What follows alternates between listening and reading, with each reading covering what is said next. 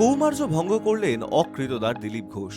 শুক্রবার তার নিউ টাউনের বাড়িতেই বিবাহ বন্ধনে আবদ্ধ হওয়ার কথা রাজ্য বিজেপির প্রাক্তন সভাপতি তথা প্রাক্তন সাংসদ এবং প্রাক্তন বিধায়ক দিলীপের। পাত্রী রিঙ্কু মজুমদার। বিজেপি করার সূত্রেই আলাপ দুজনের। দিলীপের ঘনিষ্ঠ মহলের বক্তব্য, গত লোকসভা ভোটে হেরে যাওয়ার পর দিলীপ যখন খানিক বিষণ্ণ, তখন রিঙ্কুই প্রথম একসঙ্গে সংসার বাঁধার প্রস্তাব দেন। তিনি নাকি বলেছিলেন এখন তো তার সঙ্গে কেউ নেই, তিনি দিলীপের সঙ্গে থাকতে চান।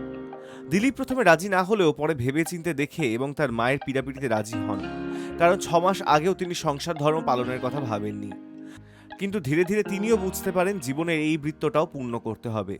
কার্যত পাকা কথা হয় নাকি গত 3রা এপ্রিল ইডেনে আইপিএল এর কেকেআরের ম্যাচ দেখতে দেখতে।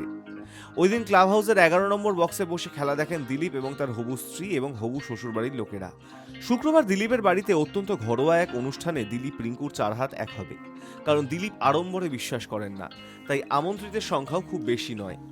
মূলত দিলীপ এবং রিঙ্কুর নিকটজনেরাই আমন্ত্রিত। রিঙ্কু বিবাহ বিচ্ছিন্না, গৃহবধূ, এক পুত্রের জননী। তার ছেলে সেক্টর 5-এ তথ্য প্রযুক্তি ক্ষেত্রে কর্মরত। ঘটনাচক্রে ইডেনের বক্সে রিঙ্কুর পুত্রও ছিলেন 3রা এপ্রিল। দিলীপের ঘনিষ্ঠ সূত্রের খবর, তার মা চাইছিলেন দিলীপ বিবাহ করে সংসারী হন, তাহলে তিনি পুত্রবধূর সঙ্গে খানিকটা সময় কাটাতে পারবেন। দিলীপের মা তার কাছেই থাকেন এবং তার কাছেই থাকবেন, কিন্তু দিলীপের জীবন রাজনীতিময়। আগামী বিধানসভা ভোটেও তাকে গুরুত্বপূর্ণ ভূমিকায় দেখা যাবে। বিজেপি তাকে আবারও বিধানসভা নির্বাচনে প্রার্থী করতে পারে। প্রচারে তো তাকে প্রয়োজন হবেই, ফলে তাকে গোটা রাজ্য জুড়ে ঘুরে বেড়াতে হবে। সেক্ষেত্রে তার বৃদ্ধা মায়ের দেখাশোনা করা এবং তার সঙ্গ দেওয়ার জন্য পরমাত্মীয় থাকাটা জরুরি। পাশাপাশি দিলীপ জননী উদ্বিগ্ন তার অবর্তমানে তার পুত্রর দেখভাল কে করবে তা নিয়েও। দিলীপ গত বছর 60 পেরিয়েছেন।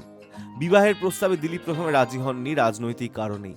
তার ঘনিষ্ঠদের বক্তব্য, দিলীপ আশা করেছিলেন বিধানসভা নির্বাচনের আগে তাকে আবার রাজ্য বিজেপির সভাপতির পদে ফেরানো হতে পারে।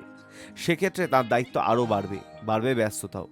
কিন্তু দিলীপের হিতৈষীরা তাকে জানান কেন্দ্রীয় নেতৃত্ব তাকে রাজ্য সভাপতি করবেন তেমন আশা কার্যত নেই।